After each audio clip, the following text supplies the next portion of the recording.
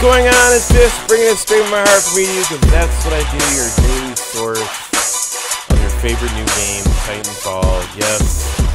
Yesterday we did Titanfall Last Standing. Today we're going to do Attrition.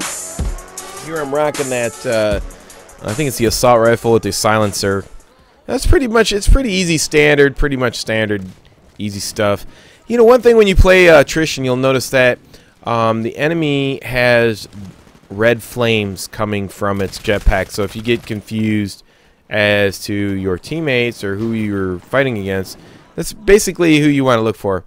Mostly, I think in all military shooters, high ground is best. I mean, Attrition, you're just doing TDM, you know, team deathmatch in the game, so it's not that complicated. Mostly, I think this was like for my second day playing, so I really wasn't too hip to the wall running. Now the thing about Attrition and Hardpoint and Last Stand, Hardpoint is you know, to me, people getting scores in Hardpoint are just camping flag points and killing people. I mean, you know, when the game first comes out, majority of the people who buy these games actually play this game for play the game how it's supposed to be played, and that is, you know, capturing flags.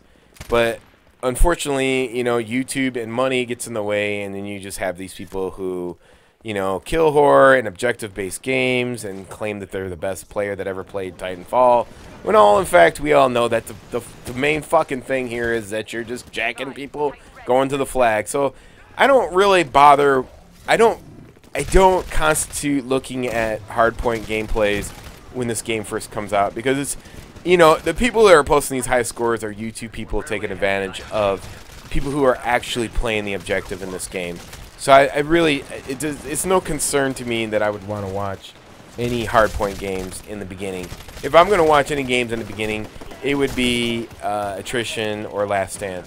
But I will do some Hardpoint on this channel tomorrow, and my other channel will both be Hardpoints, because either channel hasn't covered Hardpoint yet. So I kind of switched up Last Stand and Attrition for these two channels.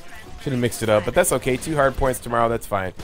And then once we get down to whatever, we'll get to it. We'll get to it. But the main thing about Attrition and Hardpoint is to understand, you know, you want to think to the next level.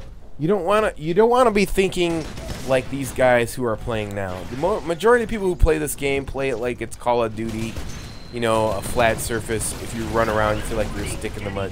You have a lot of mobility in this game. Running on walls is your cover. You know what I mean? That is where your cover is at. Now, granted, this is only my second day video. This was like I think this video was like 4 hours into playing the game. So I really didn't comprehend the fact of how to link wall running together just quite yet, and the ability of understanding that, you know, understanding the visibility perk or the invisibility attribute, and how to link that with other stuff and to make it more prevalent. You know, these are things that you're going through in the learning process, but once you figure out how to play this game, you're gonna really appreciate those things. You know, you can play this game how you want to play this game, and there's not gonna be no ridicule. And the thing about it is, like, there's a lot more things that are coming out for this game, so we get to see the full onslaught of weapons, burn cards, setups, combos. The majority of what I'm looking forward to is the combo setups. The combo setups to kill people. We've been discussing a lot of those. I really, you know, I'm gonna keep those to myself at the moment, but until there's more interest, you know, in the game, I mean, it's coming. You know, you just have this brick wall of people who've invested so much time in the Call of Duty that don't want to give that stream of income up. And I think Respawn's did it the best they possibly could. See, now this is a lesson to you. If you're trying to develop a Call of Duty killer, this is the lesson that you can learn from Respawn Entertainment, in which Chaos had failed. The studio Chaos failed, so subsequently THQ filed for bankruptcy, and that's the end of that story. But here's a lesson that you can learn from Titanfall and Respawn, and that is this: if you want to make a COD killer, you have to include Call of Duty in your game as a meta game. And that's what Titanfall did. They named it Titanfall. They put Call of Duty inside of it. Let these clowns run around and play Call of Duty. That's fine. You know, at least make it to where it's an easier version of what's in the Call of Duty that's playing now. And those people will leave. The 7 million people that are no longer buying Call of Duty will come over to your game and buy. This game is basically going to attract all the people who left Call of Duty to play Battlefield because they didn't really like Call of Duty anymore, but they settled for Battlefield.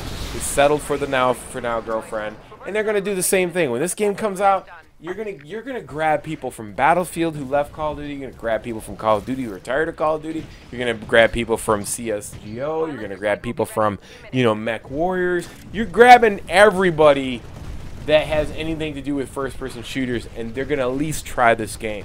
And once you try this game, and once you play this game, and you get into it, and you start to feel it, and you start to understand it, the freedom, the fighting, and the ability to get into a fight, and you know, you're not gonna just lose on one shot. You know, you're not gonna get, unless you get snuck up on and your neck broken, or you know, get shot behind your back with a smart pistol or gun. That happens in every video game. But the majority of the time when you're fighting straight up, you're gonna have a fighting chance to win that fight. And that's what's great about this game, because it's got built-in mobility. You can jump, you can jump off the wall, spin moves, turbo boost, bam, you're done, son. You can't hang with that. And so that's what I want to say. If you haven't decided to give this game a chance, and maybe you think it's too much, $600 for the Xbox and the Titanfall, which I can understand, but it's coming out for the 360. I wouldn't advise it. I mean, I would highly suggest buying an Xbox One. Just think of the double benefits. You can always go back and play shitty ass Call of Duty Ghosts. You can always do that. But anyways, hope you enjoyed the gameplay. Now get the fuck out of here.